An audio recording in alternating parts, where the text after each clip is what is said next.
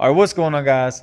So I've got this ball rolling on this Coyote swap. Picked up a motor, got the trans out of the white car, and we got a bunch of parts. I believe I've got everything I need to complete this Coyote swap, so let me show y'all what I got. All right, so for the motor, I ended up getting a Gen 2 out of a 2016 Mustang with 87,000 miles on it. And shout out to Jay at Bruce's Auto Parts, because not only did he hook me up on price, he gave me a 75-day warranty on this motor, where he said technically he wasn't supposed to because it's going in a swap vehicle. For him to give me a legit warranty, it would have to be going in a 2015 to 17 Mustang. And also, the motor came with the engine harness, which is a big help, and they did not cut any of the plugs.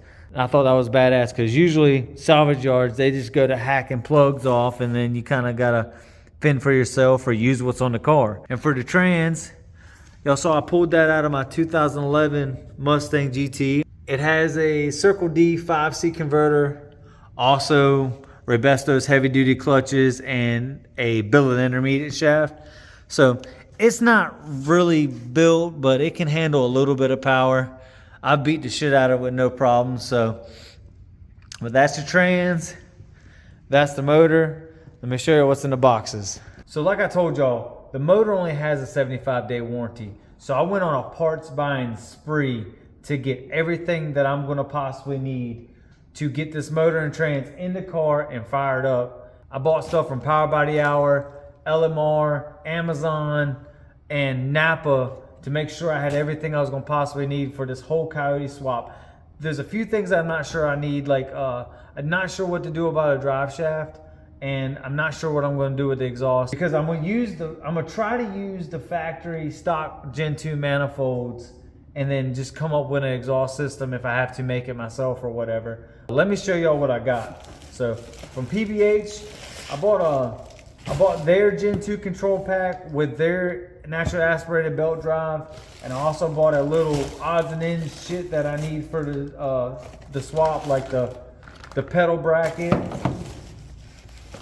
the bracket for the shifter, so I can reuse the 470W shifter, the pulley, which I'm not sure if I'm going to need now because the alternator that I got doesn't have a clutch on it, and also I've got the fittings for the 6R80 to go to AN for the transcooler line.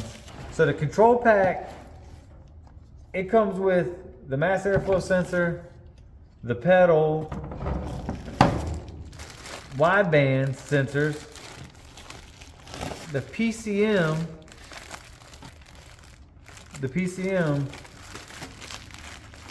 and also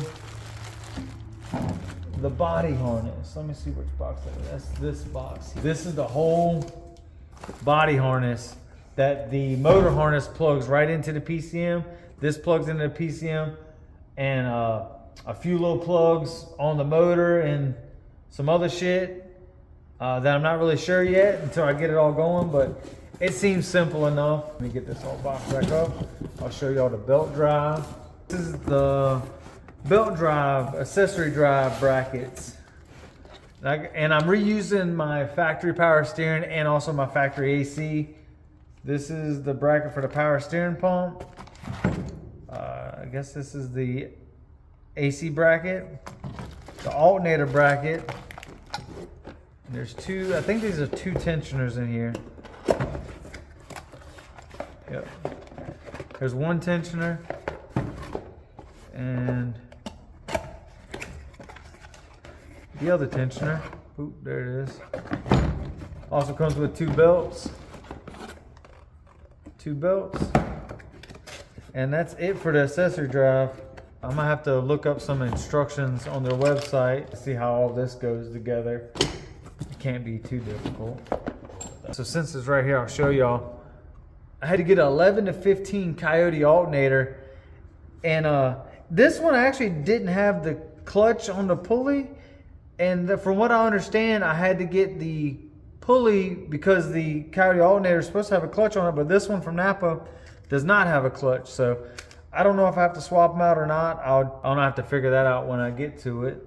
From LMR, I had to get the separator plate for the 6R80 because the motor didn't come with a separator plate, and I also don't have any bell housing bolts, so I bought their whole kit. Comes with bell housing bolts, the dowels for the block, which my block has the dowels, the inspection cover, also the bolts for that. And I seen some people say that you need spacers for the motor mounts. So I bought spacers, and they're 1/4-inch spacers. I see some people who've used 3/8 spacers, so hopefully that this will be good enough. If not, I'll be ordering some spacers.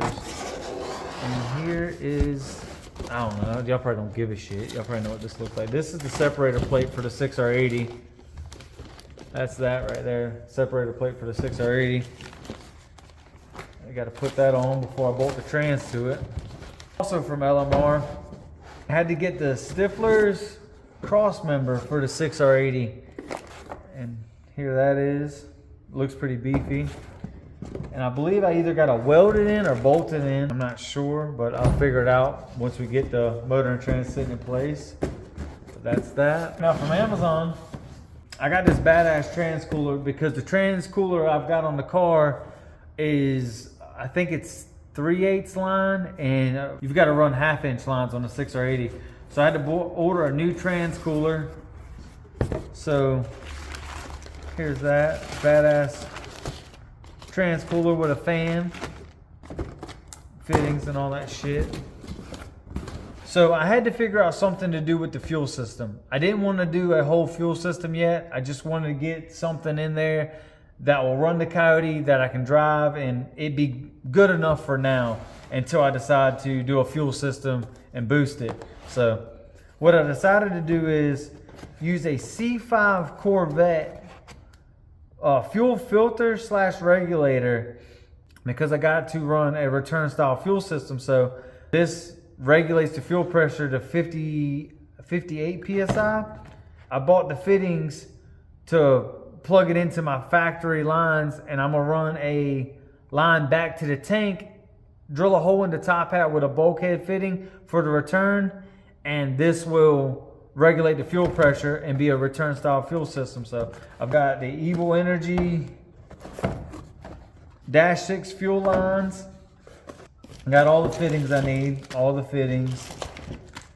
And y'all can talk all the shit you want about the Amazon Evil Energy fittings, but this stuff works and it doesn't break the bank, so it'll work for the time being. And if it does screw up, I'll replace it. And I also got -8 transcooler lines for the transcooler. So I do some of that. This was a whole kit, all off Amazon. Evil Energy. Like I said, I've used this stuff before. Never had a problem with it. So until I do, I'm gonna keep using it. And I believe that's everything for now. Got the fuel system, the stuff from PBH, the stuff from LMR. So that's pretty much it for all the parts I got. Like I said, I'm still trying to figure out what I want to do about the exhaust, because I'm going to try to make the factory manifolds work, because I don't want to spend the $1,400 that the swap headers cost. Also, I need to figure out what to do about a drive shaft. I haven't really found out too much information about a drive shaft. I've seen a few things on Facebook.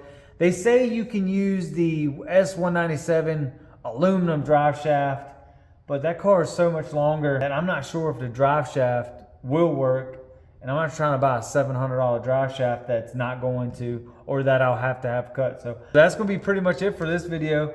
I wanted to give y'all kind of an update on all the parts that I got, tell y'all a little bit about the motor. If you're following along with my videos, please like, comment, subscribe. Let me know what you think. If you got any suggestions or any help, let me know in the comment section. And I'll see y'all on the next one.